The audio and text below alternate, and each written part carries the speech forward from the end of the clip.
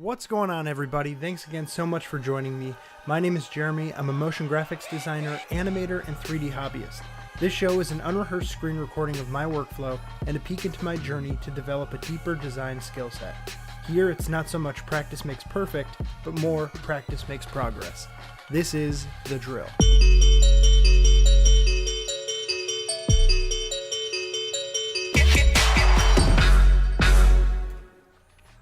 Alright, thanks again for joining me this week.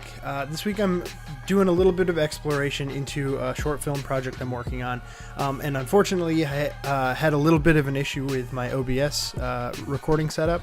So we're kind of jumping in after a few hours of work. I designed this character in Mixamo. I have another video kind of describing how you do that, or at least showing the process of how I went through it. So I created this character. He's typing at his computer, and right now I am going through and using Fabric Pack to texture all his clothes and design the scene that in which he's sitting. So the bigger project this is for is what I'm working on is trying to apply these skills into a more practical setting than just like a daily render type execution. Even though it's like a weekly render and it's involving animations and stuff like that, I still want to bring it into a more practical area to evolve from a 3D hobbyist into a more 3D professional. I do animation and motion graphics design professionally, and I'm trying to bring in the 3D element to my game and round out that ability. So what I'm doing here, I actually purchased the desk, the iMac model, and the chair from TurboSquid. I believe the desk and the chair were free. The iMac was not. It was like $5 though, so I just got like a nice looking model. The idea for this project is based around these Mixamo motion capture data. I think it's really cool that the free library that they provide. My ultimate goal for the project is to figure out how to figure out that workflow. You'll see in this episode there's a ton of me killing my either Cinema 4D crashing or just killing it because it's like locking up. I think it has a lot to do with Octane.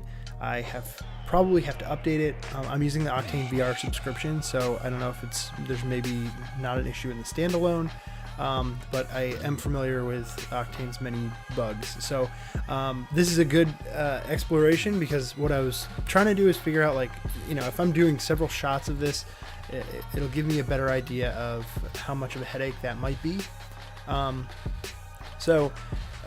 In addition to that, this was a nice way to explore one of the, maybe a look or a style that I was going for this. The project is that, those are my technical goals for the project, but the artistic goals for the project is to kind of talk about this idea of like writer's block, and I don't really believe in it. I think that I don't necessarily think that you need to just find inspiration to be able to just make something, but I think that without setting a goal in mind for whatever project you're working on, whether that's writing or animation or 3D or anything like that, I think that without setting a goal in mind, this idea of writer's block is what is burdening you, and it's probably because you don't really have a point to what you're doing. So anyway, that's me on my little soapbox. But so what I'm doing here is I'm using Mitch Meyer's production light kit, which is awesome.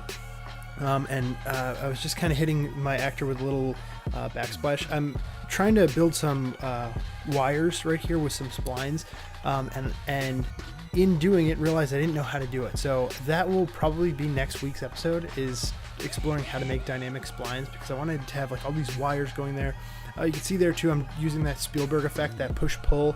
I think for this execution, at least for this week's episode, it didn't work. It was kind of pointless to like have this like 12-second dramatic push like that. I think it would be better in a full piece.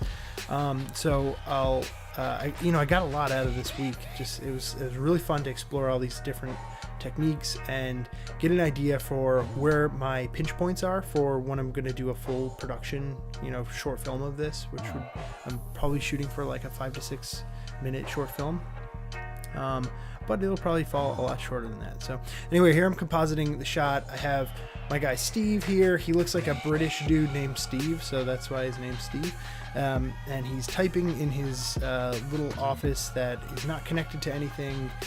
I don't like the wall, I don't like the floor. I already have different ideas for where I want to explore the scenery. I think I used the octagonal softbox, and I think you could see a lot of that. You could see a lot of that in his back and his shoulders. The edge of it too much. I like that there's that lighting on the back of him, but I do think that it might be reflecting too much of the actual shape of the light, especially because I have that light pressed so close to him. So here's the shot for this week. I'm going to continue to explore this. We might not see it next week, but this will be my first short film project of the year. I really appreciate you guys watching. And that's all for this week's episode. You know how YouTube works. Like, share, subscribe, and comment down below. I really appreciate all the support I've been getting, and I really appreciate seeing those subscription numbers climb up. So please consider subscribing if you got anything out of this.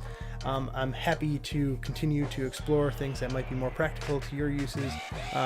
Thinking about getting into some tutorials, but we'll see how everything goes. You could follow me on Instagram and Twitch at Jeremy_Walker. That's JRMY_WLKR.